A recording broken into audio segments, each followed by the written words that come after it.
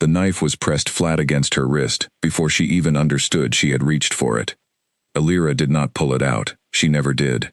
She simply let her fingers rest against the handle, hidden beneath her sleeve, the way another person might touch a locket, or a scar, or a memory they could not stop returning to. Around her, the great hall of Ashgrove Peak buzzed with voices, the clatter of trays, the low growl of wolves speaking in half-words that only pack members understood. She kept her head down and her shoulders small, exactly as she had trained herself to do for 6 long years. Nobody in this hall knew her name. That was the point. She had arrived at dawn with a cart of firewood and a basket of mended linens, one face among dozens of servants preparing the fortress for a gathering that would decide the fate of 5 territories. The Alpha Kings were coming. Every hallway had been scrubbed twice. Every banner had been rehung. And Alira, who had once stood in rooms like this, as someone worth looking at, now moved through them like smoke, careful never to catch on anything, never to be remembered. She had not always been invisible. There had been a time when people turned when she walked into a room, when her laugh carried across a courtyard, and drew smiles from strangers. That girl felt like someone she had read about in an old story, someone whose ending she already knew, and still could not undo. A tray of goblets shook in her hands as a group of young guards jogged past her, and she flattened herself against the stone wall until they were gone. Her heart pounded harder than the moment deserved. 6 years of practice had taught her body to react before her mind caught up, to brace for danger even in a hallway full of ordinary people carrying ordinary cups. "You there, faster with the linens." An older woman named Grace, the head of household staff, snapped her fingers without looking up from her ledger. Grace was not unkind, only harried, and Alira was grateful for orders that asked nothing of her except her hands and her silence. "Yes, Grace," Alira said, and hurried on. She passed beneath an archway carved with the crest of the Ashgrove pack, a wolf's head circled by thorns, and for a moment she let herself glance up at it. The Ashgrove territory was the strongest of the 5, its alpha the most feared and most respected wolf in the land. They called him the Alpha King, though officially there was no such title. Only an understanding among the packs that when Cale Ashgrove spoke, the others listened, and when he did not, they waited nervously to see what he would decide.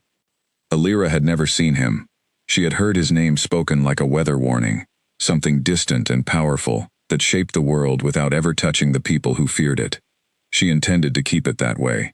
Her plan for the coming days was simple: carry the trays, fold the linens, keep her scent muted with the crushed herbs she rubbed into her wrists each morning, and vanish back into the servant quarters before anyone thought to ask who she was or where she had come from. It had worked for 6 years. It would work now. She reached the East Wing storeroom and set down her basket, taking a moment to breathe in the cool, dusty air. This was the only place in the fortress where she allowed her shoulders to drop, where the careful mask she wore all day slipped just enough for her to remember what her own face felt like without it. She pressed her palms against the shelf and closed her eyes. 6 years ago, in a place far from here, she had been a name people said with warmth.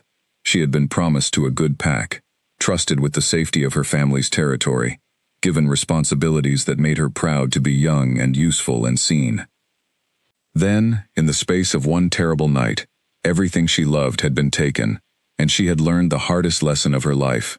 Being noticed, being trusted, being important, made you a target. It made the people who loved you targets too. She had buried that lesson so deep that she rarely let herself think the details all the way through.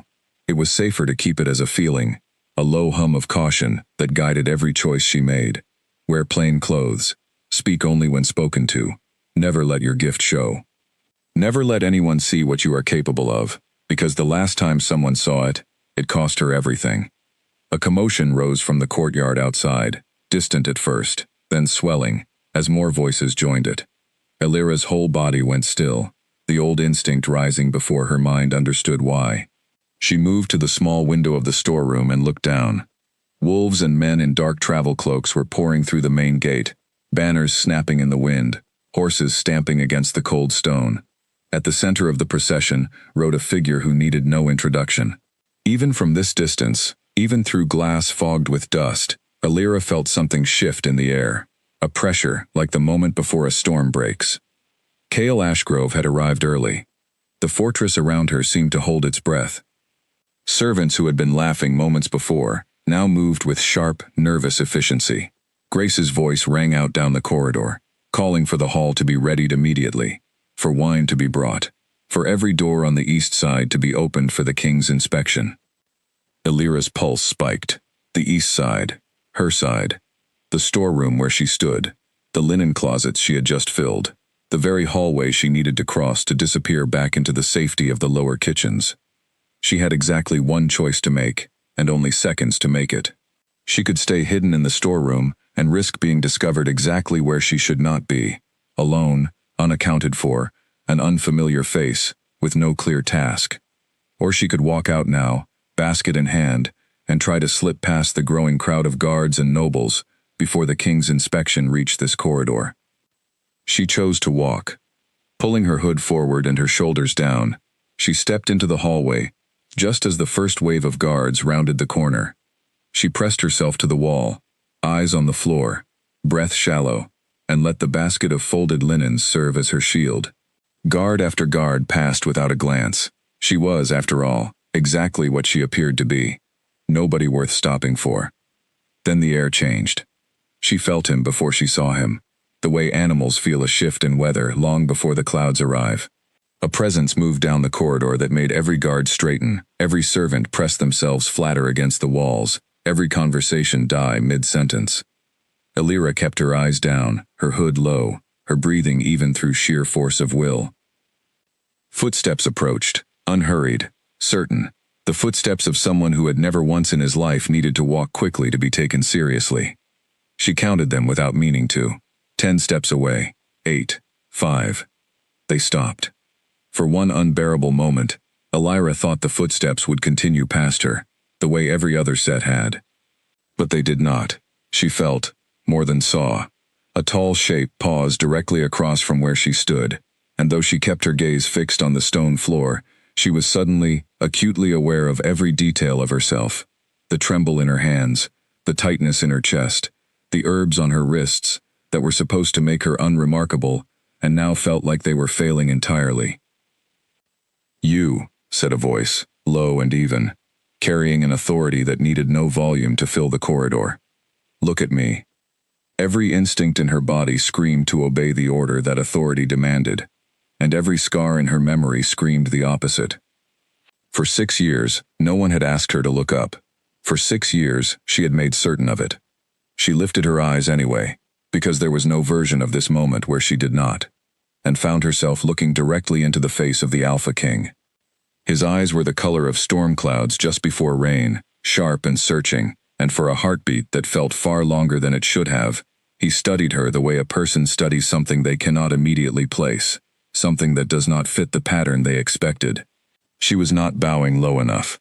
She was not trembling in the practiced, performative way the other servants trembled. She simply stood there, still and quiet, waiting to see what would happen next, because running was no longer an option, and hiding had already failed. "Your name," he said. It was not a request. Her throat tightened around the answer. Giving her real name felt like handing over the last unguarded piece of herself, the one thing she had managed to protect through 6 years of careful erasure. But refusing to answer the most powerful wolf in 5 territories, in his own fortress, on the very day he arrived, was not a wise alternative. "Elira," she said, and was faintly surprised her voice did not shake. Something flickered behind his stormy eyes, gone before she could name it. Curiosity, perhaps, or recognition of something he could not yet explain. The corridor around them remained frozen, guards and servants alike pretending not to watch while watching entirely. "You did not look away when I approached. Everyone else in this hallway did." "I did not think stillness was a crime, my lord," she said, and immediately wondered if 6 years of careful invisibility had just ended in a single sentence spoken too honestly. For a moment, nothing happened. Then, astonishingly, the corner of his mouth moved, not quite a smile, but the ghost of one. There and gone, so quickly she almost doubted she had seen it at all. "No," he said, "it is not." He studied her a moment longer, and Elira had the unsettling sense of being read like a page, of some careful and dangerous intelligence turning her over and finding questions in her that she desperately did not want asked. Carry on with your work, Alira.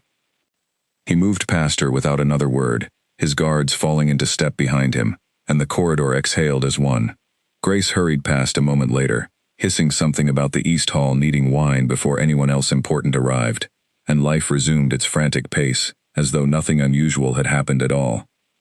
But Alira remained pressed against the wall a moment longer, her basket of linens forgotten in her arms, her heart slamming against her ribs for reasons that had nothing to do with fear of discovery, and everything to do with the strange, unwelcome fact that for the first time in 6 years, someone had truly looked at her, and she had let him. She told herself it meant nothing. Powerful men noticed unusual things the way a hawk notices a single leaf moving against the wind, out of habit, out of instinct, not out of interest that would last beyond the moment. He would forget her name by supper. He had a fortress to run, 5 territories worth of tension to manage, and a summit of rival alphas arriving within the week, each of them capable of unraveling the fragile piece that held their world together. A servant who happened to meet his eyes in a hallway was not a thought he would spare twice. She repeated this to herself all the way down to the kitchens, through the delivery of the mended linens, through the scolding Grace gave her for taking so long, through the long evening of scrubbing pots and carrying water that followed. She repeated it as she lay on her narrow cot in the servants' quarters that night, staring at the dark ceiling, listening to the fortress settle into its uneasy silence. She almost believed it.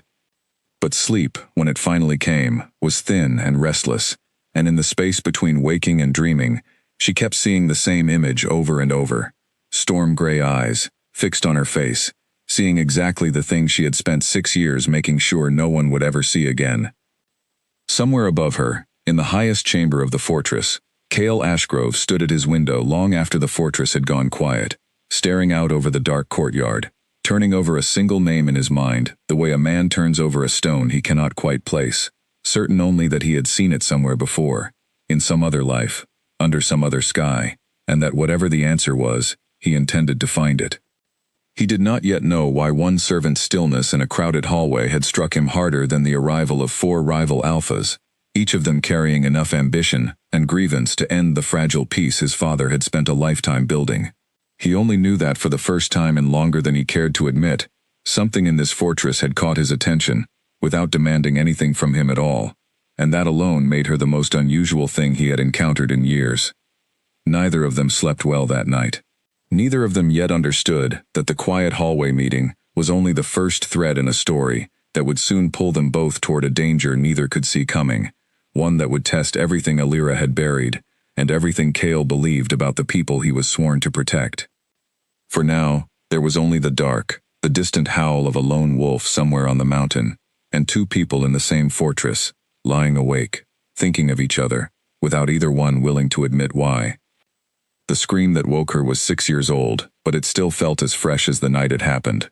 Alira sat upright on her cot, chest heaving, the dark quiet of the servants' quarters pressing in around her. For a moment, she was not in the Ashgrove fortress at all. She was back home, in the small border territory where she had grown up, standing in the burning remains of the Great Hall, watching the pack she loved collapse into chaos because of a mistake that was entirely her own. She pressed her palms against her eyes until the shapes of the memory blurred and faded, forcing herself back into the present, into the cold stone floor beneath her bare feet, into the sound of another servant snoring 2 cots away. It took several long minutes before her breathing steadied enough to trust her own voice. She had been 17 when it happened, young and gifted in a way that made her family proud, and, later, made her family suffer. She had carried a rare ability, one passed down through her mother's line, the power to sense danger before it arrived, to read the currents of intention in a room the way sailors read the wind. Her pack had called it a blessing. Her father had called her the future of their territory's safety. She had believed them. When whispers reached her of a rival pack planning a raid, she had gone straight to the Alpha visiting their territory that season. A proud, ambitious wolf named Rowan, eager to prove her gift was as valuable as everyone said. She had given him everything she sensed, every detail, every warning, trusting that he would use it to protect her home. He had used it instead to set a trap of his own, one that served his ambitions and not her family's safety. The raid he orchestrated in response was far larger and far more devastating than the one she had warned him about, a show of dominance meant to expand his territory under the excuse of defending it. Her family's pack had been caught between two forces that night, hers and his, and by morning, half of everyone she loved was gone, including her older brother, Daniel, who had died trying to hold a line that should never have needed to be held. The pack elders had not called it Rowan's fault. They had called it hers, the girl who trusted the wrong alpha, who spoke when she should have stayed silent, who believed her gift made her important enough to be listened to. She had been quietly cast out within the month, her name spoken afterward only as a warning to other young wolves about the dangers of pride. She had wandered for a year, before finding her way into service in territories far enough from home that no one recognized her face. She had learned to mute her gift, to bury the instinct that had once felt like the truest part of her, because the last time she had let it guide her, it had cost her everyone she loved. Invisibility had not been a choice so much as a form of penance, a way of making sure she never again had the power to be believed, and therefore never again had the power to be wrong. She lay back down on the cot, staring at the dark ceiling, and reminded herself, as she did most nights, that this life was smaller but safer. No one asked anything of a servant who kept to the shadows. No one trusted her with secrets that could get people killed. No one looked to her for warnings she might read wrong. And yet the storm-gray eyes from the hallway kept returning to her mind, unbidden, refusing to be dismissed the way she dismissed everything else. Morning came too soon, gray light creeping through the narrow window, and with it came Grace's brisk voice, calling every servant to rise for a day that promised to be the busiest the fortress had seen in years. The summit of Alphas was only 4 days away now, and preparations had shifted from thorough to frantic. Alira spent the morning in the lower kitchens, chopping vegetables alongside a younger servant named Ivy, a cheerful girl of perhaps 16 who chattered without needing much encouragement in return. Ivy had grown up in the Ashgrove territory and spoke of Cale with the easy, unguarded affection of someone who had never had reason to fear him. "He's not like the stories," Ivy said, sliding a tray of bread into the oven. "Everyone outside the territory thinks he's cold because he doesn't smile much, but he remembers everyone's names, even the stable hands, even me, and I've only worked here 2 years. She glanced sideways at Alira. "You met him yesterday, didn't you? In the east hallway. Grace told me." Alira kept her eyes on the vegetables. "Briefly. He doesn't usually stop and talk to servants," Ivy said, something curious creeping into her tone. "Not that he's unkind, he's just busy, distracted. Ever since his father passed and he took over the territory, he hasn't had much room for anything besides duty." She paused. "What did he say to you?" "Nothing important," Alira said, which was not entirely a lie, since nothing about the exchange should have been important, even if it had somehow lodged itself in her chest, like a splinter she could not stop touching. Ivy did not press further, easily distracted by the arrival of the head cook barking orders about the visiting Alpha's dietary preferences, and Alira was grateful for the interruption. She spent the rest of the morning grateful for every task that kept her hands busy and her mind occupied, because idle moments kept circling back to the same unwelcome question: why had he stopped for her, of all the servants in that hallway, and why did some quiet, traitorous part of her wish he would do it again? She got her answer, unwanted and unexpected, just after midday. She had been sent to deliver a stack of ledgers to the fortress's private study, a task usually given to more senior staff, but half the household was occupied preparing guest quarters, and someone had to do it. She knocked softly on the heavy oak door, was told to enter, and found herself standing in a room she had no business being in, face to face with the Alpha King himself, seated behind a wide desk covered in maps and correspondence. He looked up, and something in his expression shifted the moment he recognized her. "Alira," he said, and the fact that he remembered her name after one brief exchange in a hallway sent an uncomfortable jolt through her chest. "The ledgers you requested, my lord," she said, setting them carefully on the edge of his desk and keeping her eyes respectfully lowered, desperate to complete the task and leave before this became anything more than a delivery. "Wait," he said, before she could turn away. She froze, every old instinct screaming at her to obey, and every newer, harder one instinct screaming just as loudly to run. She stayed, because there was truly no version of refusing an Alpha King's direct request that ended well for a servant with no name worth protecting. He studied her for a long moment, storm gray eyes moving over her face with the same searching intensity from the hallway, as though trying to solve a puzzle whose pieces did not quite match the picture on the box. "You are not from Ashgrove territory," he said. It was not a question. "No, my lord." "Where, then?" The question hit her harder than it should have, because 6 years of careful erasure had made her forget how disorienting it felt to be asked something so simple and so dangerous all at once. She thought quickly, choosing a half-truth that would not unravel further scrutiny. "A small territory to the south," she said. "It no longer exists as it once did." Something in his expression softened, almost imperceptibly, the way a person's face changes when they recognize a grief they understand, without needing the details explained. "There have been many territories like that in the last several years," he said quietly. "More than there should be." She said nothing, unsure whether agreement or silence was the safer path, and settled on silence. "You are careful," he observed, tilting his head slightly, in a way that is not natural. "It is learned." His gaze sharpened, not unkindly, but with the precision of someone accustomed to reading people for a living. "Someone taught you to disappear." The accuracy of the statement struck her like a physical blow, and for one terrifying moment, she thought her carefully composed expression might crack entirely.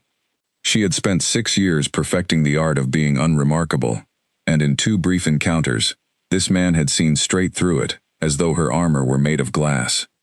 "I learned it myself, my lord," she said, her voice steadier than she felt.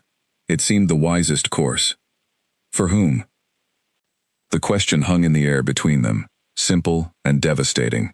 For whom had she made herself invisible? For her own safety, certainly. But beneath that, if she were honest with herself in a way she rarely allowed, she had done it so that no one would ever again trust her with something important enough to lose. "For everyone," she said finally, which was as close to the truth as she intended to come.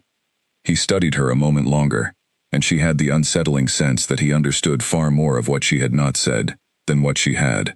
But he did not press further. Instead, he sat back in his chair, some of the sharp focus in his gaze giving way to something quieter, more tired. "I find," he said, almost to himself, "that most people in this fortress tell me exactly what they think I want to hear. Advisors who agree, before I finish speaking. Nobles who compliment decisions they privately despise.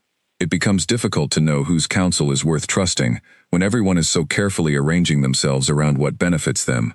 He looked at her directly. "You have told me almost nothing today, and somehow it has been more honest than an hour with my counsel." Alira did not know how to respond to that, so she said nothing, which seemed to be, unexpectedly, exactly the right choice.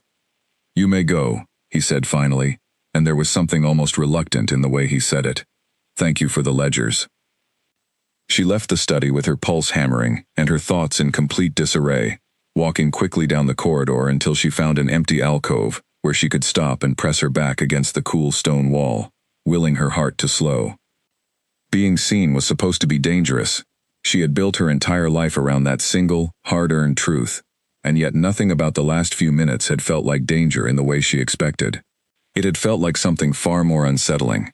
The first honest conversation she'd had with another living soul in 6 years, conducted almost entirely in the things neither of them said. She told herself, as she made her way back to the kitchens, that this was simply the natural curiosity of a powerful man toward an unfamiliar face during a stressful week. It would fade once the summit began, and his attention turned to matters that actually mattered, rival alphas and territorial disputes, and the delicate business of keeping 5 packs from tearing each other apart. She almost believed that too. But that evening, as she helped carry the evening meal trays through the corridors, she found herself glancing toward the private study door, far more often than any task required, and she did not examine too closely what she hoped, or feared, she might see if the door happened to open. It did not open. And yet somewhere behind it, Cale Ashgrove sat long after his advisors had gone to bed, staring at a map of 5 territories that would soon be represented in his own great hall by alphas who each wanted something from him, and found that the only face he could clearly picture belonged to a servant who wanted nothing from him at all, and had, in the space of 2 brief conversations, become the single thing in his exhausting, overburdened life that he found himself looking forward to. Neither of them said it aloud, Neither of them yet understood how much that quiet, unnamed feeling would come to matter in the dangerous days ahead. 3 carriages rolled through the Ashgrove gates before the sun had fully risen, and with them came a tension so thick that even the fortress dogs refused to bark. Elira felt it the moment she stepped into the courtyard with a basket of fresh bread meant for the arriving guests. The air carried that same pressure she had felt when Kale first passed her in the hallway, except now it came from 4 directions at once, 4 different alphas and their retinues, each one radiating a different kind of danger. She kept her head down and her steps quick, weaving through the chaos of unloading trunks and shouting stewards, desperate to deliver her basket and disappear before any of the visiting wolves so much as glanced her way. She recognized the crest on the second carriage before she saw the man who stepped out of it, and her stomach dropped so suddenly she nearly lost her grip on the basket. A wolf's head, wreathed in briars, the mark of the Eastern Territories, the mark of Rowan. She had not seen his face in 6 years, not since the night everything burned, but she would have known that crest anywhere, burned as it was, into the darkest corner of her memory.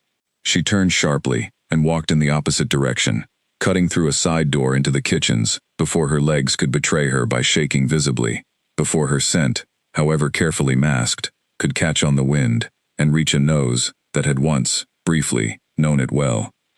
She set the basket down with hands that would not quite stay steady and pressed herself against the pantry wall, breathing through the tight, panicked flutter in her chest. Rowan. Here. In the same fortress where she had spent the last 2 days, slowly, foolishly, letting herself be seen by the one man in 5 territories whose attention she could least afford. She had known, in the abstract, distant way one knows about weather, in a country they will never visit, that a summit of Alpha Kings would include the leader of the Eastern Territories. She simply had not let herself think it through to its logical, terrifying conclusion. That the man responsible for the worst night of her life would be standing in the same halls she now called safe, breathing the same air, close enough that a single unlucky encounter could unravel 6 years of careful hiding in a matter of seconds. If he recognized her, if he so much as suspected who she was, everything she had built would collapse. Worse, whatever fragile trust had begun to grow between her and Kale Ashgrove, however small and unnamed it remained, would surely crumble the moment the king learned that the quiet servant girl he'd been drawn to was connected, however unwillingly, to the very man he was hosting this week. "You look like you've seen a ghost," Ivy said, appearing at her elbow with a tray of pastries, her cheerful voice cutting through Elira's spiraling thoughts. "I'm fine," Elira managed. "Long morning." Ivy did not look entirely convinced, but the arrival of the head cook shouting about the noon meal preparations swept her attention elsewhere, and Elira used the moment to steady herself, to remind her body of the rules that had kept her safe for 6 years. Stay small, stay quiet, avoid the eastern wing, where the visiting alphas would be housed. Let the day pass without incident, and by tomorrow, the worst of the danger would have settled into routine. It was not a plan built on courage, but it was the only plan she had. For the rest of the morning, she volunteered for every task that kept her in the lower levels of the fortress, far from the grand halls where the alphas and their retinues would gather. She scrubbed floors that did not need scrubbing, and folded linens twice over, anything to justify staying out of sight until the immediate danger of the arrival settled into the fortress's new, uneasy rhythm. It nearly worked.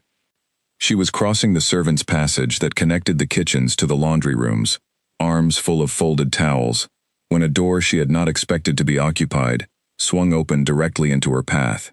She stumbled back, towels scattering across the stone floor, and looked up to apologize to whoever she had nearly collided with. The apology died in her throat. Rowan stood in the doorway, taller than she remembered, harder around the eyes, studying her with the mild curiosity a man might show toward a servant who had startled him. For one endless moment, Elira could not breathe, certain that recognition would flood his expression at any second, certain that 6 years of careful transformation would prove no match for a face he had once, briefly, taken an interest in. But his eyes moved over her the way a stranger's eyes move over any unfamiliar servant, without pause, without the faintest flicker of memory. She had changed enough, she realized with a dizzying wave of relief. Older, thinner, her once bright hair dulled deliberately with ash and oil, her posture folded into the practiced smallness of someone who had spent years training her own body to be forgettable. To Rowan, she was simply an obstacle in a doorway, nothing more. "Watch where you're going," he said, mildly irritated, and stepped past her without another glance, already calling for one of his own attendants down the corridor. Alira knelt to gather the scattered towels, with hands that would not stop trembling, her heart pounding so violently, she was certain anyone passing could hear it. She had survived the encounter, he had not known her, but the fear that had gripped her in that doorway did not loosen its hold nearly as easily as Rowan had walked away, and she spent the rest of the day moving through the fortress like a woman balanced on a blade's edge, waiting for the moment her luck ran out. That evening, the Great Hall was prepared for the first formal gathering of the visiting alphas, an occasion grand enough that even the lower kitchen staff were pressed into service carrying trays through the crowded room. Alira had hoped to avoid this duty entirely, but Grace's sharp voice left no room for argument, and so she found herself weaving through a hall full of the most powerful wolves in 5 territories, carrying a tray of wine goblets with her eyes fixed firmly on the floor. She kept to the edges of the room, delivering her tray and retreating quickly, grateful for the general chaos of a large gathering that made it easy for a servant to remain unnoticed among so many important guests. She was halfway back toward the kitchen doors when a familiar voice, low and commanding, cut through the noise of the hall. "Alira." She froze mid-step, the tray trembling slightly in her hands, and turned to find Cale standing a short distance away, having broken briefly from a cluster of advisors to intercept her path. Something in his expression, sharper and more alert than usual, told her he had noticed something in her bearing tonight that troubled him, though she could not imagine what had given her away. "My lord," she said, dipping her head, acutely aware of Rowan's presence somewhere across the crowded hall, close enough that even standing near the king now felt dangerously exposed. "You seem unwell," Cale said quietly, his voice pitched low enough that only she could hear it over the surrounding din, paler than this morning. "I am simply tired, my lord," she said. "The preparations have been demanding." He studied her for a moment longer, and she had the distinct, uncomfortable sense that he did not entirely believe her, though he chose not to press the matter in front of a hall full of watching eyes. "Take the evening once the meal service ends," he said instead. "Grace will not object if I say so." "That is not necessary, my lord." "It was not a request," he said, and though his tone remained even, there was something almost gentle beneath the authority of it, an unexpected kindness that caught her entirely off guard. He held her gaze a moment longer, as though weighing whether to say something further, before a call from one of his advisors drew his attention back toward the gathered alphas, and he inclined his head slightly to Alira before turning away. She did not have time to feel the full weight of that small, strange kindness, because in the moment Cale turned, her eyes swept involuntarily across the hall and landed, with sickening precision, on Rowan, who stood watching the exchange from across the room with an expression she could not quite read. He had seen the king speak to her, he had seen it clearly enough to be curious. Alira did not wait to learn what that curiosity might mean. She turned, and made her way swiftly back toward the kitchen doors, heart hammering, the tray of empty goblets rattling faintly in her unsteady hands, painfully aware that whatever fragile safety she had built in this fortress had just become considerably more fragile, and that the man who had once destroyed everything she loved was now, however unknowingly, watching her again. She did not sleep that night.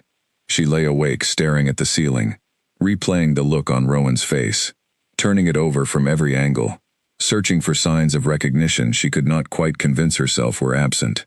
Somewhere above her, in his private chambers, Cale Ashgrove lay equally awake, troubled by the fear he had glimpsed behind Alira's careful composure in the hall, a fear that had nothing to do with tired feet or long hours, and everything to do with something, or someone, she had not told him. He did not yet know what that something was, but he intended, quietly and carefully, to find out, and neither of them could have guessed how quickly that intention would collide with the very danger Alira had spent 6 years running from. A folded note appeared beneath her door before dawn, and Alira stared at it for a full minute before she found the courage to pick it up. There was no seal on it, no crest, nothing to mark its origin except a single line of careful, precise handwriting. "Meet me in the garden after the morning meal. No one will notice one more servant among the rose beds." She turned the paper over twice, searching for some clue to who had sent it, though some quiet, traitorous part of her already suspected, and that suspicion alone was enough to set her pulse racing before she had even risen from her cot. She told herself all through the morning's chores that she would not go. It was reckless. It was exactly the kind of visibility she had spent 6 years avoiding. A private meeting with the most powerful man in 5 territories during the single most dangerous week of her life, with Rowan, somewhere in the same fortress, and already curious about her. Every instinct that had kept her alive and unnoticed screamed at her to burn the note and forget it had ever existed. And yet, when the morning meal service ended and Grace released her for a brief respite before the midday preparations began, Alira found her feet carrying her toward the garden anyway, as though some part of her had already made the decision days ago, in a hallway, over a stack of ledgers, and simply needed her body to catch up. The garden was smaller than the grand courtyards elsewhere in the fortress, tucked behind the eastern wall where sunlight lingered longest in the afternoon. Rows of late-blooming roses climbing trellises that had clearly been tended with care rather than mere obligation. Cale stood near the far end, alone, without the retinue of guards and advisors that usually trailed him through the fortress, dressed more simply than she had yet seen him, as though for this brief hour he had shed the weight of his title along with his formal coat. He turned when he heard her approach, and something in his expression eased, the sharp, guarded look he wore in the great hall softening into something quieter. "You came," he said, sounding faintly surprised, as though he had genuinely not been certain she would. "I was curious what would make an Alpha King leave an anonymous note under a servant's door," she admitted, and was rewarded with the faint ghost of a smile she had glimpsed once before in the hallway. "I considered simply summoning you," he said, "but I thought you would prefer this." "You thought correctly." He gestured toward a stone bench beneath a trellis heavy with climbing roses, and after a moment's hesitation, Alira sat, though she kept a careful distance between them, an old habit that felt suddenly foolish, in a garden empty of anyone who might report the closeness back to someone dangerous. "I have 5 alphas under my roof this week," Cale said, settling onto the opposite end of the bench, his gaze fixed on the roses rather than on her, as though it were easier to speak honestly while looking elsewhere. "Each of them wants something different from this summit. Some want trade concessions.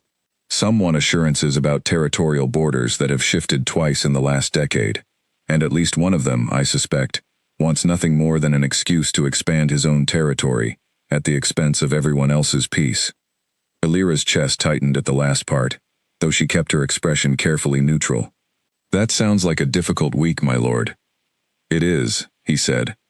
"And the difficulty is not only in managing 5 ambitious men, it is in knowing which of my own advisors are being honest with me, and which are simply telling me what serves them best." He glanced at her then, storm-gray eyes catching the morning light. "I told you once that most people in this fortress arrange themselves around what benefits them. I have spent the last several days trying to determine whether that is true of you as well, and I confess I have not managed to decide." "What would benefit me, my lord?" Alira asked, genuinely curious how he had come to be so interested in a question she herself had long since stopped asking. "I do not know," he admitted. "That is precisely what makes you difficult to categorize. You want nothing from me. You do not linger near me hoping for favor, the way half my council does. You do not flatter me, the way every noble who has passed through this fortress this week has attempted, some more subtly than others. You simply exist, quietly, and somehow that has become the most interesting thing in a hall full of people trying very hard to be interesting." Alira looked down at her hands, unsure how to respond to an honesty so unguarded from a man who, by every account she had heard, rarely allowed himself to be unguarded at all. "I am simply a servant, my lord," she said finally. "There is little reason for me to want anything from you beyond fair wages and a quiet corner to sleep in." "And yet," he said, "when I asked where you were from, you gave me an answer designed to end the conversation rather than continue it. When I asked who taught you to disappear, you deflected the question rather than answering it honestly. A simple servant with nothing to hide does not need such careful walls." The observation landed closer to the truth than Alira was prepared to admit, and for a moment, panic flickered through her, quick and sharp, the old fear that being truly seen would inevitably lead to being truly known, and being known had cost her everything once before. She rose from the bench, intending to make some excuse about returning to her duties, but his voice, gentle rather than commanding, stopped her before she had taken more than a step. "I am not asking to expose whatever you are protecting," he said. "I have enough experience with grief and secrecy to recognize both when I see them, and I have no interest in forcing either into the light before someone is ready. I only wanted you to know that whatever walls you have built, I am not trying to tear them down. I find, oddly enough, that I simply enjoy the quiet of sitting near someone who is not performing for me." Alira turned back to look at him, surprised by the rawness in his voice, the tired honesty of a man who spent every waking hour surrounded by people, and yet, she was beginning to understand, felt profoundly alone within that crowd. "That is a lonely way to live, my lord," she said softly, "surrounded by so many, and trusting so few." "Yes," he said simply, "it is." They sat in silence for a while after that, an easy quiet that felt entirely unlike the careful, guarded silence Alira maintained with everyone else in the fortress. She found, to her own surprise, that she did not want to leave, that some deeply buried part of her, starved for 6 years of anything resembling honest connection, was drinking in this strange, stolen hour, with a hunger she had not let herself feel in a very long time. "There was a girl," Cale said eventually, breaking the silence, his gaze still fixed somewhere among the roses. "Before my father passed, before I took on this territory fully, she was kind to me in a way that had nothing to do with what I could offer her. I thought, for a while, that I understood what it meant to be seen as simply myself, rather than as an alpha's son." He paused. "She left, when it became clear the position would fall to me sooner than expected. She said the weight of it frightened her, that she did not want a life spent standing beside someone the entire world needed something from." Alira felt an unexpected pang of sympathy, though she said nothing, sensing he was not finished. "I do not tell you this for sympathy," he continued, as though reading her thought. "I tell you because I have spent years since then assuming that anyone who draws near me eventually wants something from the crown, rather than from the man wearing it. You are the first person in a long while who has made me uncertain of that assumption, and I find I do not entirely know what to do with the uncertainty." "Perhaps," Alira said carefully, "you do not need to do anything with it, my lord. Some things do not require an answer right away." He looked at her then, something unguarded and searching in his expression, and for a long moment neither of them spoke, the quiet of the garden stretching comfortably between them. The moment was broken by the distant sound of a bell calling the fortress to its midday duties, and Alira rose quickly, the spell of the stolen hour dissolving into the practical reality of her position. "I should return to the kitchens, my lord, before Grace notices my absence." "Of course," he said, standing as well, though something in his posture suggested reluctance to let the conversation end. "Alira." She paused at the garden gate, looking back at him. "Thank you," he said simply, "for coming." She did not trust herself to answer that without revealing more than she intended, so she simply inclined her head and slipped back through the gate, leaving him alone among the roses, more thoughtful and more unsettled than a man managing a summit of rival alphas had any business being over a single quiet conversation with a servant whose name he had only recently learned. She spent the rest of the day in a strange, unfamiliar state, her carefully maintained walls trembling in a way they had not trembled in 6 years, torn between the old, hard-earned instinct to retreat further into invisibility, and a new, dangerous longing to be seen exactly as fully as he had seen her that morning. She did not yet know that her stolen hour in the garden had been observed, from a distance, by eyes far less kind than Cale's, and that the danger she had spent the last 2 days trying so carefully to avoid had just taken a very deliberate interest in exactly what she meant to the Alpha King of Ashgrove. The Eastern advisor's eyes followed Alira across the kitchen courtyard, with an intensity that made the back of her neck prickle, though she could not immediately place why. His name, she had learned from Ivy's easy chatter, was Oliver, a sharp-featured man who had served Rowan's territory for years and who had accompanied his Alpha to the summit as both advisor and shadow. He had a way of watching people that reminded Alira uncomfortably of a hawk assessing which direction a mouse might bolt, patient and calculating, never in a hurry because he already knew he had time on his side. She had noticed him twice that morning, once near the stables and once outside the laundry rooms, always at a distance, always seemingly occupied with some other task that happened to place him in her path. She told herself it was coincidence, that a fortress this crowded with visiting retinues meant crossing the same faces repeatedly was simply unavoidable. But the old instinct that had kept her alive for 6 years refused to be so easily comforted, and by mid-afternoon, she found herself taking longer, more circuitous routes through the fortress, simply to avoid the discomfort of his attention. It did not work. She was carrying a basket of mending toward the eastern guest wing, a task she had specifically tried to avoid all week, when Oliver stepped into her path with the easy, unhurried confidence of a man who had been waiting for exactly this opportunity. "You are the servant who spoke with the Alpha King in the garden this morning," he said, without preamble, his tone pleasant in a way that did nothing to soften the sharpness beneath it. Alira kept her expression carefully neutral, gripping the basket a little tighter. "I carry messages and mending throughout the fortress, my lord. I could not say which conversations you might be referring to." "Come now," Oliver said, a thin smile crossing his face. The entire East Wing was gossiping about it by midday. The great Kale Ashgrove, notoriously guarded, spending a private hour in the garden with a servant girl no one seems to know anything about. He tilted his head, studying her the way he might study a puzzle whose solution was proving more interesting than expected. "That is a curious thing, wouldn't you agree?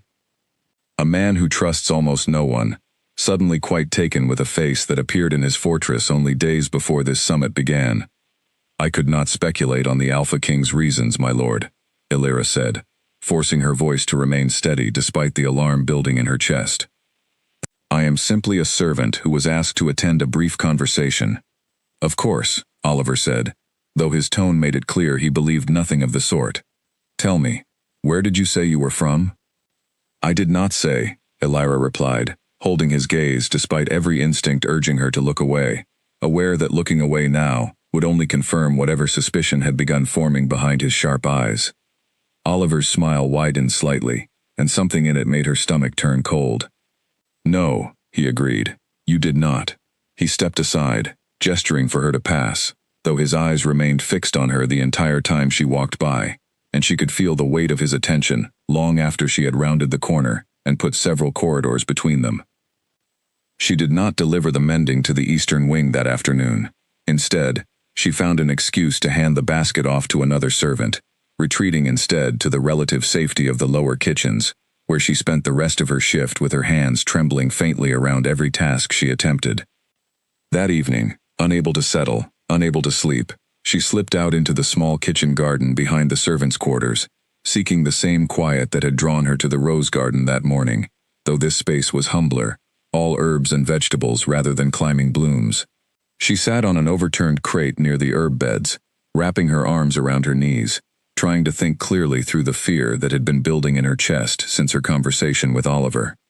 She did not hear the footsteps approach until they were nearly upon her, and she startled badly, half rising before recognizing the tall, familiar shape emerging from the shadows. "Forgive me," Kale said quickly, raising a hand as though to steady her, though he did not close the distance between them. "I did not mean to frighten you. A guard mentioned you had come this way." "You had me followed?" Alira asked, more sharply than she intended, the events of the day leaving her rawer and more defensive than usual. "Watched over," he corrected gently. "Not followed. There are 5 rival alphas and their retinues, currently housed in my fortress, Alira. I would be a poor host, and a worse protector, if I did not know where the people I have taken an interest in were spending their evenings during a week this dangerous." The word protector settled uneasily in her chest, equal parts comforting and alarming.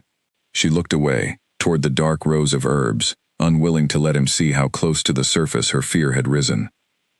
"Something happened today," he said, moving closer now, though he kept a respectful distance, settling onto a second overturned crate a few feet from where she sat. "You have been different since the garden. Careful in a way that goes beyond your usual caution." She considered lying, considered deflecting the way she had deflected every probing question for 6 years, but something about the exhaustion in his voice, the honest worry beneath it, made the old defenses feel suddenly, uncharacteristically difficult to maintain, One of the visiting advisors spoke to me this afternoon, she admitted finally. He had noticed our conversation in the garden. He asked questions I did not wish to answer. Cale's expression sharpened, the tired softness of a moment ago giving way to something harder, more alert. Which advisor? Elira hesitated, aware that naming Oliver meant acknowledging, at least in part, why the questions had frightened her so badly. A thread that led directly back to Rowan and the darkest chapter of her past. She was not yet ready to pull that thread, not with a summit still underway, not with the danger of that truth still so unpredictable. I did not catch his name, she said, which was, for the first time in their brief acquaintance, an outright lie. Something flickered across Cale's face, a brief flash of hurt or suspicion, quickly masked, and Elira felt an unexpected pang of guilt at having caused it. But the alternative, telling him the full truth before she understood how he might react to learning she was connected, however unwillingly, to one of the very alphas he was hosting, felt like a risk she was not yet prepared to take. Be careful, he said instead, choosing not to press the lie, though his tone made it clear he had noticed it. Whatever brought that advisor's attention to you, I do not like it. My fortress is full of dangerous men this week, Elira, and not all of them share my restraint. I am always careful, my lord, she said softly. It is the one skill I have perfected. He studied her for a long moment, something complicated moving behind his storm-gray eyes, and when he spoke again, his voice was quieter, more careful than before. I would like, very much, to understand what you are so carefully protecting yourself from, not because I intend to force it from you, but because I find myself wanting to help carry whatever weight is putting that fear behind your eyes tonight.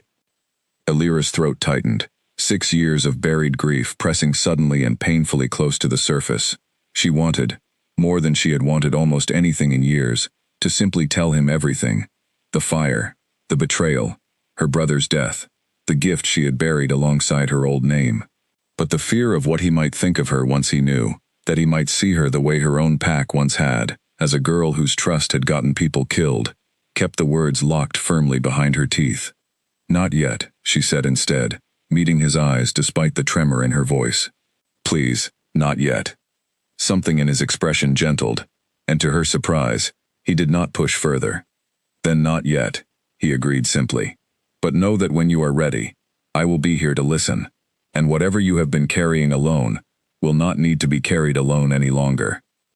They sat together in the quiet of the kitchen garden a while longer, neither speaking, the tension of the day slowly easing into something calmer, something that felt, however briefly, like safety.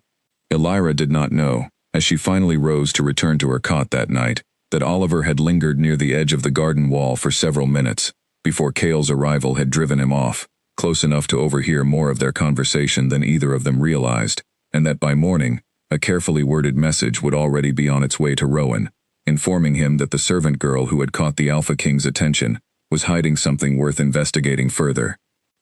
The danger Elira had spent 6 years running from had just begun, quietly and deliberately, to close in around her. Rowan read the message twice before he allowed himself to believe what it suggested. He sat alone in his guest chamber, the parchment held close to a single candle, Oliver's careful handwriting laying out the details of a servant girl with no clear origin.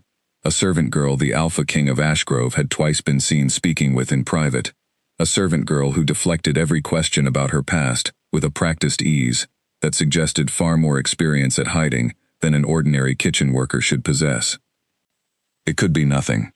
Fortresses full of ambitious men during high-stakes summits bred 100 small mysteries a day, most of them meaningless. But Rowan had not built his territory into the most feared of the 5 by ignoring small mysteries, and something about the description nagged at a memory he could not quite place. A face glimpsed briefly 6 years ago in a border territory that no longer existed in any meaningful sense. He set the parchment down and stared into the candle flame, turning the pieces over slowly. The girl he remembered from that night had been younger, brighter, her hair a warm shade untouched by whatever dulling agent Oliver described the servant using now. But the shape of the memory, the careful way she had once looked at him with a mixture of hope and fear when she brought him the warning that started everything, felt uncomfortably close to the picture Oliver had painted. If it was her, if the girl who had unknowingly handed him the excuse he needed to expand his territory 6 years ago, was now standing quietly in Cale Ashgrove's fortress, close enough to earn the king's private attention. Then Rowan had, without meaning to, stumbled onto something considerably more valuable than a mere curiosity. Cale Ashgrove was widely regarded as the most difficult of the 5 alphas to manipulate, a man whose loyalty could not be bought, and whose judgment could not easily be swayed by flattery or threat.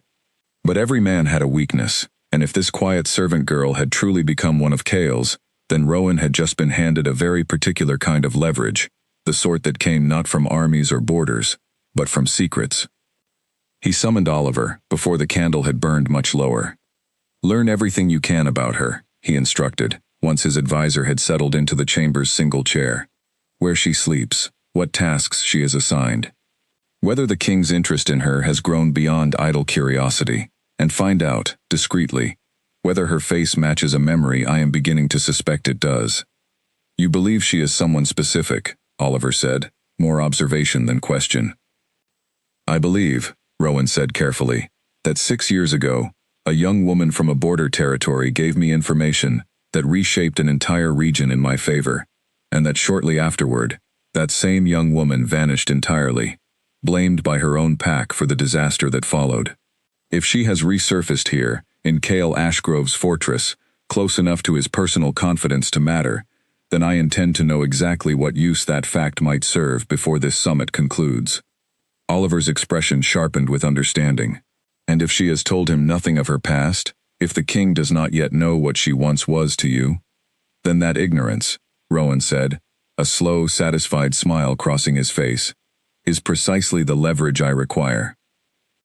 The following morning, Illyra felt the shift in the fortress's atmosphere before she understood its cause.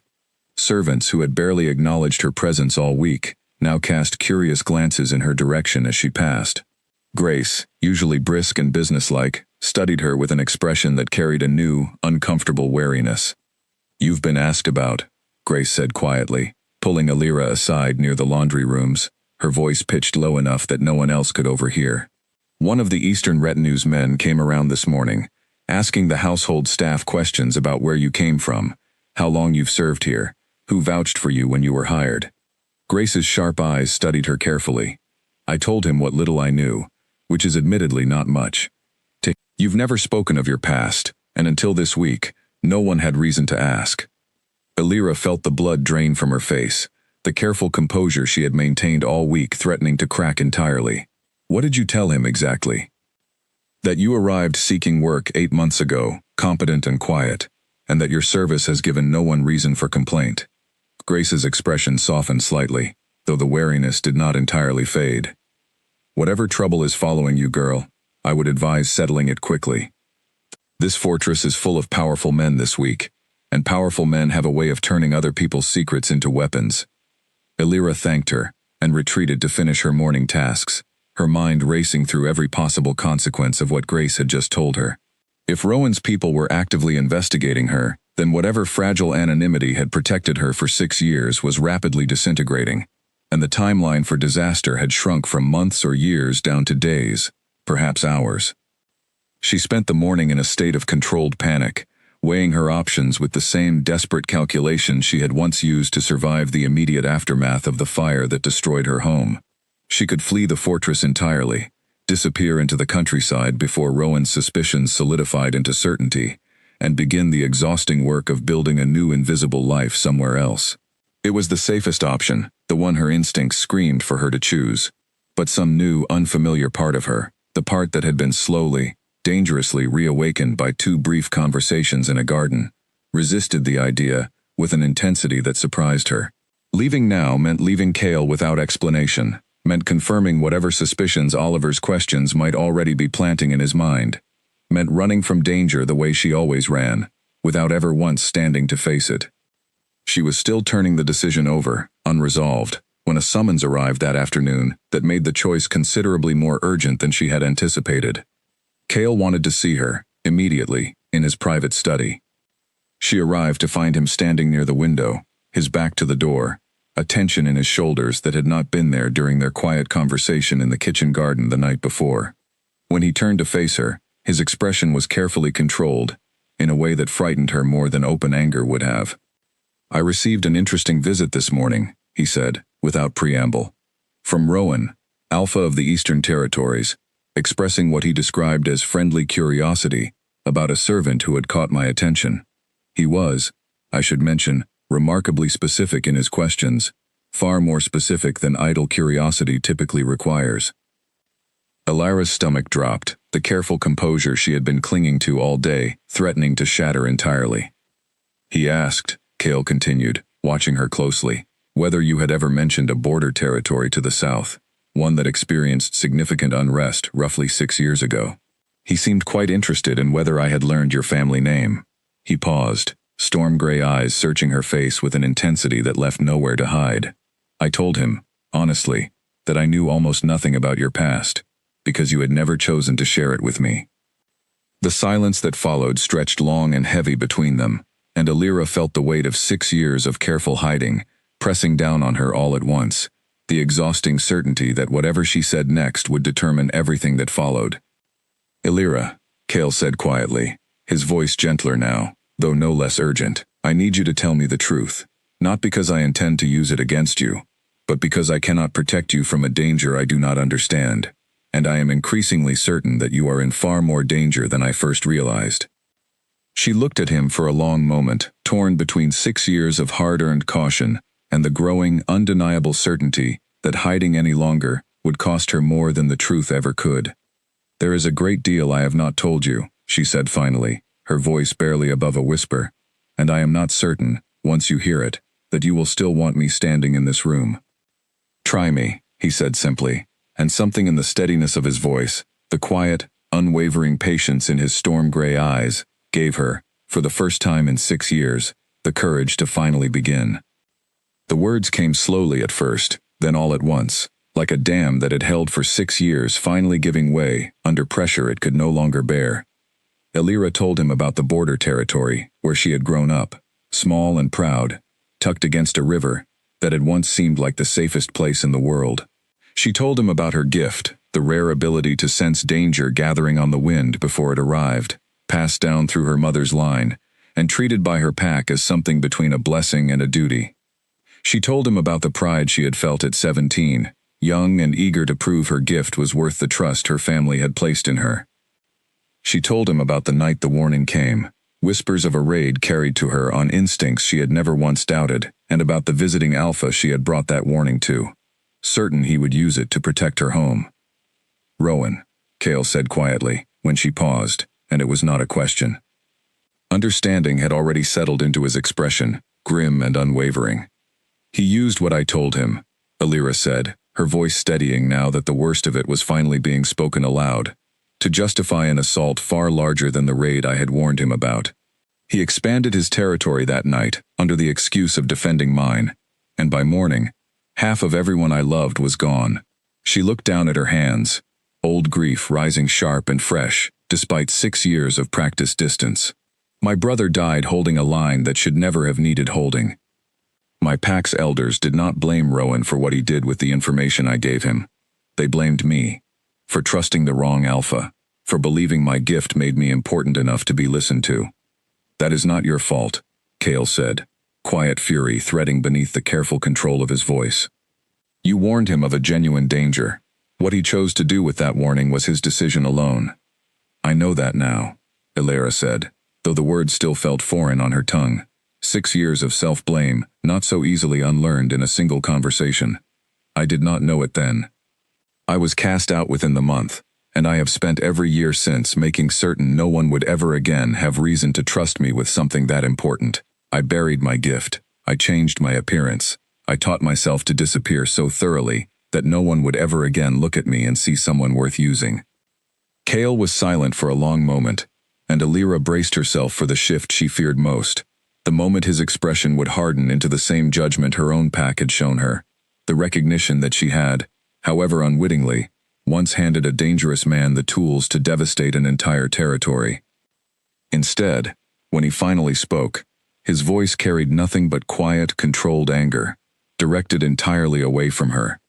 Rowan has built his entire territory on exactly this pattern, he said.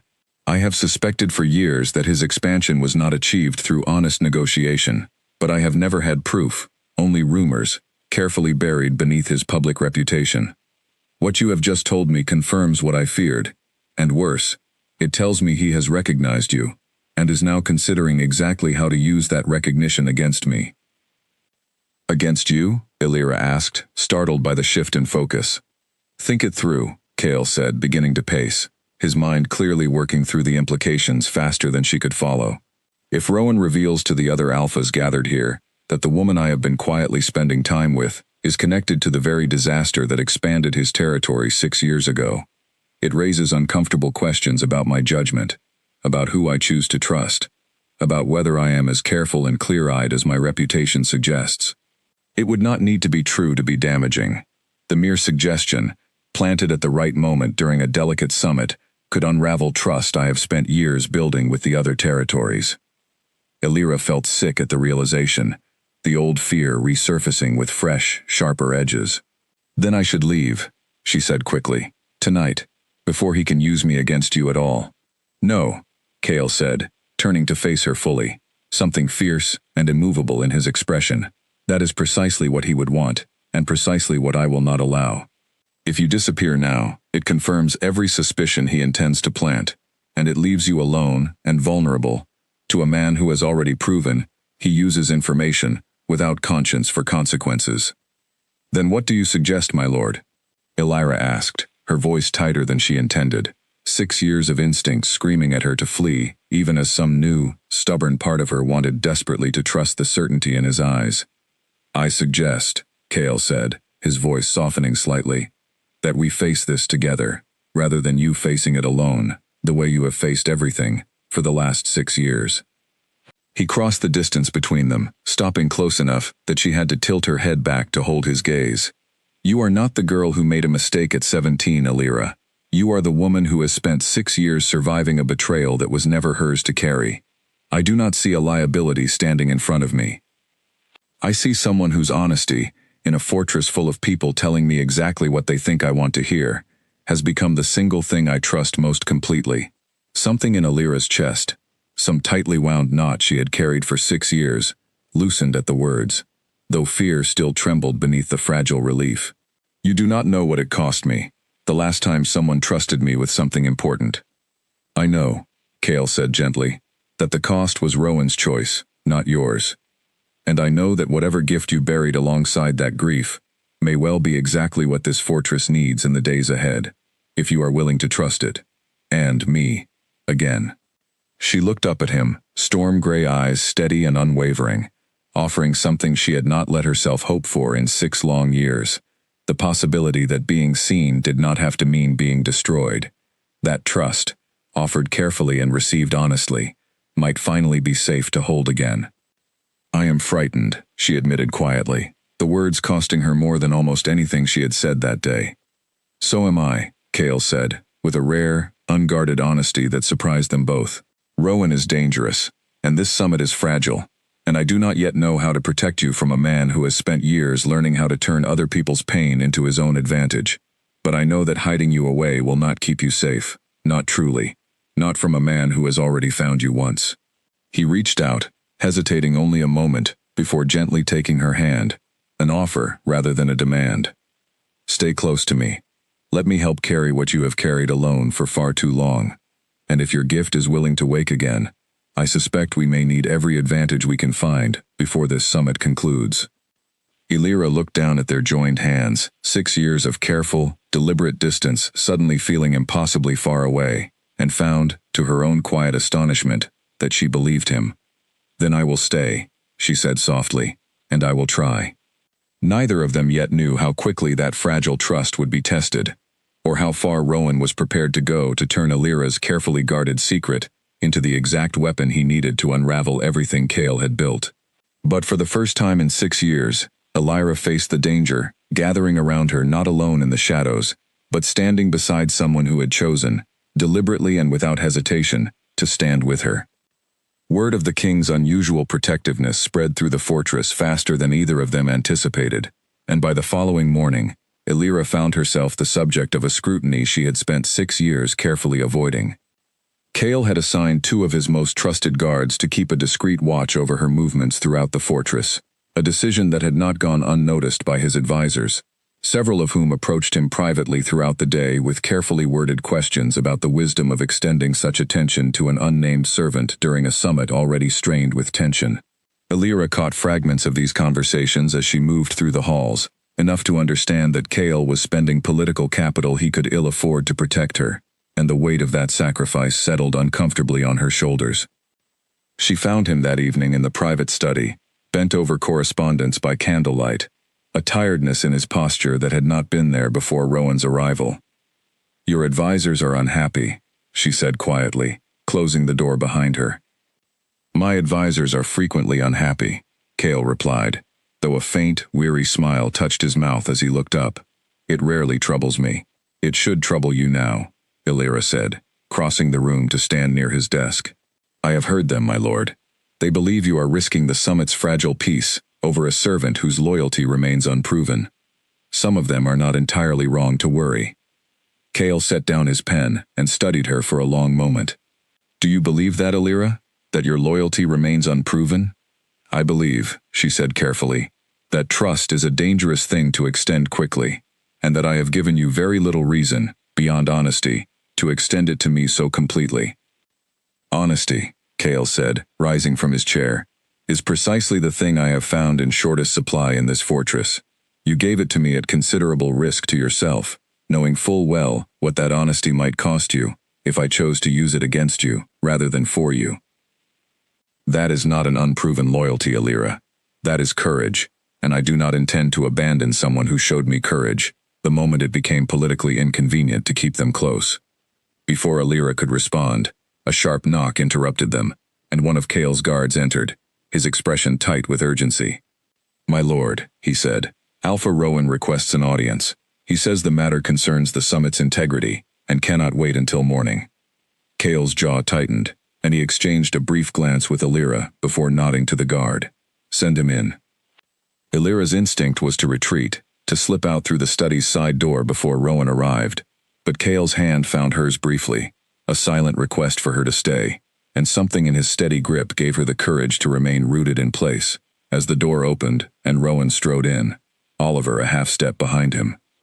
Rowan's eyes found Alira immediately, and though his expression remained politely composed, something calculating flickered behind it, the look of a man who had been waiting for precisely this confirmation. "Alpha Ashgrove," Rowan said smoothly, inclining his head toward Kale before letting his gaze linger deliberately on Alira. "I see the rumors were accurate. Your fondness for this particular servant appears to run deeper than idle curiosity." "State your business, Rowan," Kale said, his voice carrying a cold edge Alira had not yet heard from him. "My business," Rowan said, "concerns the integrity of this summit and the wisdom of an Alpha King who extends his personal trust to someone connected, quite intimately, to one of the more troubling incidents of the last decade." He turned his full attention to Alira now, a slow, satisfied smile spreading across his face. "It has been 6 years, but I never forget a face that once handed me something so valuable. Tell me, Alira, does the king know precisely what role you played in the fall of your own pack's territory?" Alira's chest tightened, old shame threatening to rise and choke the breath from her lungs, but she forced herself to hold Rowan's gaze steadily, refusing to let him see the fear he was so clearly hunting for. "He knows everything," she said, her voice steadier than she believed possible. "I told him myself." Something flickered across Rowan's face, a brief flash of surprise quickly smoothed over. "Did you?" he said slowly. "And did you also tell him how eagerly you brought me that warning, hoping I would see you as valuable, never once questioning what I might do with information a naive 17-year-old girl handed me, without any thought to the consequences?"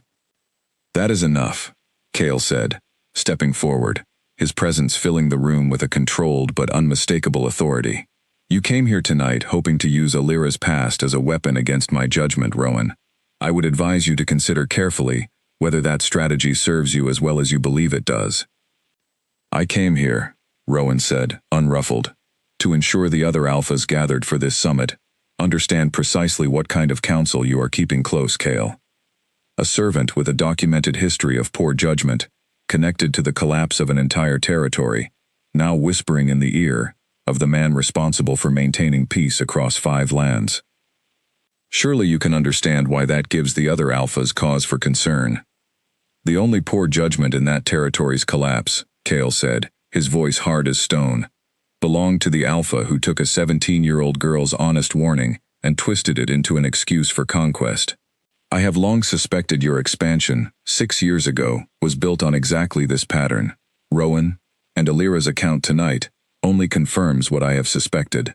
Perhaps it is your judgment, not hers, that the other alphas ought to be examining more closely. The accusation landed heavily in the room, and for the first time since entering, Rowan's composed expression cracked, a flash of genuine anger breaking through the calculated calm. You would take the word of a servant over the word of a fellow alpha? I would take the word of someone who has shown me nothing but honesty, Kale said, over the word of a man who has spent 6 years building his territory on a foundation of manipulated trust. He stepped closer to Rowan, his voice dropping lower, more dangerous. You came here tonight hoping to weaken my standing before this summit, Rowan. Instead, you have handed me confirmation of exactly the kind of counsel I ought to be wary of trusting among my fellow alphas. I suggest you leave my study before this conversation becomes considerably more costly for you. Rowan held Kale's gaze a moment longer, calculating, before a thin, humorless smile crossed his face. This is not finished, Ashgrove, he said quietly. You have made an enemy of me tonight, and I do not forget slights easily. His eyes flicked once more to Alira, cold and promising. Nor do I forget debts owed. He turned and left the study without another word, Oliver following silently in his wake, and the door closed behind them with a heavy, final sound that seemed to echo far longer than it should have. Alira let out a breath she had not realized she was holding, her hands trembling slightly despite her best efforts to remain composed. Kale turned to her immediately, concern replacing the cold authority he had shown Rowan just moments before. Are you all right? He asked, his hands finding hers gently. I am, she said, though her voice betrayed the lingering fear the confrontation had stirred. But he will not let this go, my lord. I know him well enough to understand that much. Neither will I, Kale said firmly, and this time, you will not face him alone. He held her gaze steadily, storm-gray eyes fierce with a protectiveness that left no room for doubt. Whatever he intends next, we will face it together, and I promise you, Alira, I do not intend to let him win. Outside the study, in the dark corridor beyond, Rowan paused beside Oliver, his expression cold and calculating in the dim torchlight. He has chosen his side, Rowan said quietly. Very well. Then it is time we ensured the other alphas understand exactly what kind of judgment they are entrusting their territories to. Prepare the ground for tomorrow's formal session. If Kale Ashgrove intends to protect a servant girl over the counsel of a fellow alpha, then let the entire summit witness precisely what that choice costs him. The fragile peace of the summit, already strained by 6 years of buried grief and simmering ambition, had just tipped irreversibly toward confrontation, and neither Alira nor Kale yet understood how far Rowan was prepared to go to ensure that confrontation ended in his favor. The great hall had never felt so crowded, nor so dangerous, as it did the following morning when the formal session of the summit began. Alira stood near the back of the hall among the household staff, close enough to see and hear the proceedings, but far enough, she hoped, to avoid becoming their center. Kale sat at the head of the long table, flanked by his most trusted advisors, his expression carefully composed, despite the tension she knew was coiled tightly beneath the surface. Around the table sat the other 4 alphas, including Rowan, whose calm, satisfied demeanor made Alira's stomach twist with dread. The formal business of the summit proceeded for nearly an hour, discussions of trade routes and shared borders conducted with the careful, measured diplomacy such gatherings required. Alira allowed herself to hope, briefly, that Rowan's threat from the previous night had been nothing more than wounded pride, that he had reconsidered the wisdom of turning a summit meant to secure peace into a battleground over a servant's past. Her hope did not survive the hour. Before we conclude today's session, Rowan said, rising from his seat with the practiced ease of a man who had planned this moment carefully, I believe there is a matter of some importance that deserves this council's attention, a matter concerning the judgment of our host. Kale's expression did not change, though Alira saw his hand tighten almost imperceptibly against the arm of his chair. Speak plainly, Rowan. Gladly, Rowan said, and turned to address the gathered alphas directly. It has come to my attention that Alpha Ashgrove has extended remarkable trust, in recent days, to a servant within his household. A servant with a documented history, connected to the collapse of a border territory some 6 years past, whose false counsel to a visiting Alpha resulted in devastating losses for her own pack. He paused, letting the accusation settle over the room. I raise this not to embarrass our host, but because this council depends on trusting the judgment of the men who lead it. If Alpha Ashgrove extends his confidence so readily to someone with such a history, what does that suggest about the counsel he might extend to each of us, in matters far more consequential than this? Murmurs rippled around the table, and Alira felt every eye in the hall that had not yet found her now beginning to search. She kept her chin level, refusing to shrink beneath the weight of the attention, though every old instinct screamed at her to disappear into the crowd of servants around her. You misrepresent both the history and the servant in question, Cale said, his voice carrying easily across the hall, calm and unwavering. The devastation you describe was not the result of false counsel, Rowan. It was the result of an honest warning, given in good faith by a 17-year-old girl, that a visiting Alpha then twisted into justification for territorial conquest, far beyond the scope of any genuine threat. I have suspected for years that your expansion during that period was built on precisely this pattern of manipulation. Perhaps this council should be examining that history more closely, rather than the judgment of the young woman who was its victim. The hall fell into a tense, charged silence, the other alphas exchanging uncertain glances, clearly unprepared for the accusation to be turned so directly back toward Rowan. A serious claim, said one of the other alphas, an older man whose territory bordered the eastern lands, and one that deserves more than assertion from either party. Is the servant in question present? Perhaps this council should hear her account directly, rather than relying on second-hand descriptions from either of you. Alira felt her heart plummet as every gaze in the hall turned toward her, the very thing she had spent 6 years desperately avoiding now unfolding in the most public setting imaginable. She looked toward Cale, uncertain, and found his eyes already on her, steady and reassuring, despite the impossible weight of the moment. Alira, he said gently, you do not have to do this if you are not ready. She thought of 6 years spent hiding, of a truth buried so deep it had nearly consumed her from the inside, of a man across the room who had built an entire territory on the twisted remains of her worst mistake, and never once faced consequences for it. She thought of her brother, of her family's pack, of every quiet, unnoticed year she had spent believing her own silence was penance rather than protection. She stepped forward. I will speak, she said, and her voice, though quiet, carried clearly across the hushed hall. She walked to the center of the great room, acutely aware of every eye upon her, the very visibility she had spent 6 years fleeing now unavoidable and absolute. But standing there, beneath the weight of every gaze, she found something she had not expected, not the destruction she had always feared, but a strange, steadying clarity, the sense that the truth, finally spoken, weighed less than the 6 years of silence that had preceded it. 6 years ago, she began, I sensed a raid gathering against my home territory. It was a genuine gift, one my family had carried for generations, and I brought that warning honestly and urgently to Alpha Rowan, trusting that he would use it to help defend my pack. She paused, meeting Rowan's gaze directly across the hall, refusing to let 6 years of shame keep her from finishing what she had begun. Instead, he used the warning as pretext to launch an assault of his own, far larger and more devastating than the threat I had described, expanding his own territory under the guise of defending mine. My brother died that night, along with many others. My pack, in its grief, chose to blame me, rather than the man who had betrayed their trust.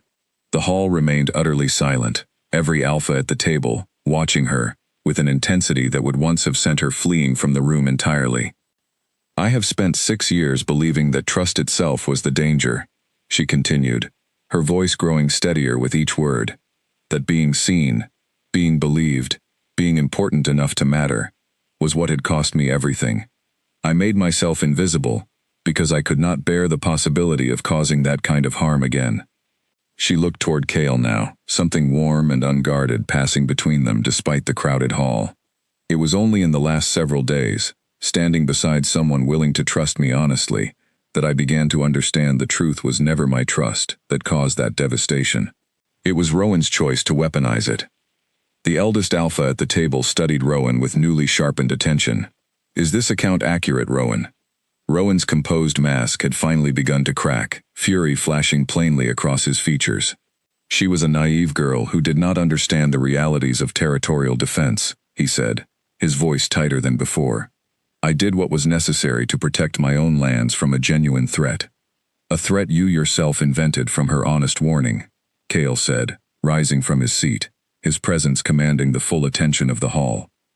I have long suspected this pattern in your territory's expansion, Rowan, and today's confrontation only confirms it. I would ask this council to consider carefully whether a man who builds his power on manipulated trust deserves the confidence this summit is meant to secure.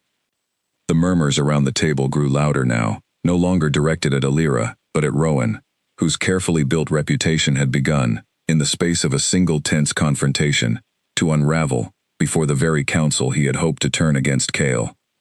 Alira stood at the center of the hall, no longer invisible, no longer hidden, and felt, for the first time in 6 years, the strange and terrifying relief of having finally, fully, been seen, and having survived it. Rowan did not accept his unraveling reputation quietly, and by the time the council adjourned for the evening, the fragile order of the summit had shattered into something far more dangerous. Alira learned of it from Ivy, who found her in the kitchen corridor that evening, breathless and pale, clutching a rag she had clearly forgotten she was still holding.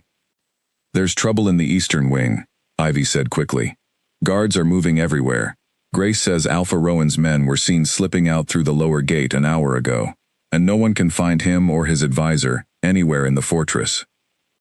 Alira's blood ran cold. A man cornered and humiliated before 4 rival alphas, a man whose entire reputation had begun crumbling in a single public confrontation, was not a man who would simply retreat quietly to lick his wounds. She had learned that lesson 6 years ago in the worst possible way, and every instinct she possessed told her that Rowan's disappearance meant something far more dangerous than a wounded retreat. She found Cale in the war room, bent over a map with 3 of his most trusted guards, his expression grim and focused. He has fled the summit, Cale said, without waiting for her question, along with his advisor and most of his personal guard. My scouts believe he intends to gather a force from his own territory and return, not for negotiation, but for something considerably more aggressive. He means to attack, Alira said, the old fear rising sharp and immediate, though it no longer had the power to paralyze her the way it once had. I believe so, Cale said. His reputation is in ruins before this council. He cannot return to his own territory, having lost this summit's confidence, without some show of strength to reassert his authority. An attack on Ashgrove, framed perhaps as retaliation for what he will claim was an unjust accusation, would serve that purpose. One of the guards, a broad-shouldered man named Nathan who served as captain of Cale's personal guard, straightened from the map. Our defenses are strong, my lord, but if he moves quickly, before we can fully mobilize, he may catch us with the summit's forces still divided among 4 territories, rather than unified against a single threat. Alira studied the map spread across the table, old instincts stirring, that she had spent 6 years deliberately suppressing. Without fully deciding to, she found herself stepping closer, her eyes tracing the terrain surrounding the fortress, with a clarity she had not allowed herself to feel in years. He will not come through the main approach, she said quietly, and every eye in the room turned toward her. The eastern road is too exposed, too easily watched from your fortress towers. If he intends a swift strike before you can fully mobilize, he will come through the lower valley pass, the one that shields riders from view until they are nearly upon the outer walls. Nathan frowned, studying the map. That pass has not been used by any force in living memory. It is treacherous terrain, difficult for a large group to move through quickly. Difficult, Alira said, but not impossible, and precisely because everyone assumes it is impassable, it would allow him to approach with minimal warning. She hesitated only a moment before continuing, the old gift stirring fully now, the instinct she had buried for 6 years rising to meet the danger, with a certainty that startled her. I can feel it, the way I used to feel these things before I buried the ability entirely. Something is gathering in that direction. I would stake my life on it. Kale studied her with an intensity that carried none of the doubt she might once have feared, only a fierce, focused trust. Then we prepare for the Valley Pass, he said, turning to Nathan. Redirect the eastern defenses. I want archers positioned along the ridge above the pass by nightfall, and I want every available guard ready to reinforce that position the moment Illyra's instincts are confirmed. My lord, one of the other advisors said carefully, are we truly prepared to reposition our entire defense based on a servant's intuition? I am prepared, Kale said, his voice leaving no room for further argument, to trust the gift that saved lives once, before a man in this very fortress twisted it for his own gain. Illyra's instincts have never been the danger. It is high time this territory benefited from them rather than fearing them. The fortress moved into motion within the hour, guards repositioning along the valley ridge under cover of the gathering dusk, archers taking careful positions among the rocks that lined the treacherous pass. Illyra remained close to Kale throughout the preparations, her senses sharper and more focused than they had been in 6 long years, the old gift flowing back into her with a clarity that felt, after so long spent suppressing it, almost like coming home. Night fell heavy and quiet over the fortress, tension coiling tighter with every passing hour, until, well past midnight, Illyra felt it, a sudden, sharp certainty that made her breath catch. Now, she said urgently, turning to Kale. They are moving through the pass now. I can feel it.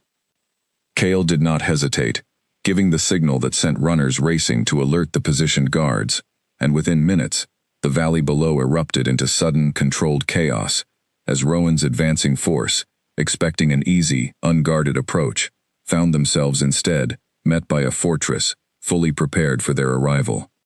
The confrontation that followed was swift and decisive, Rowan's plan for a surprise strike unraveling entirely under the weight of Ashgrove's superior preparation. Illyra watched from the fortress walls beside Kale, her heart pounding, as the eastern forces, recognizing the failure of their ambush, began a chaotic retreat back through the treacherous pass they had hoped would grant them the advantage of surprise. By dawn, the immediate threat had passed.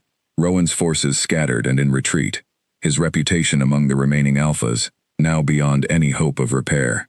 The other territories, having witnessed both his manipulation of the council and his attempted betrayal of the summit's fragile peace, moved swiftly to formally condemn his actions, effectively isolating him from the alliance he had once hoped to dominate.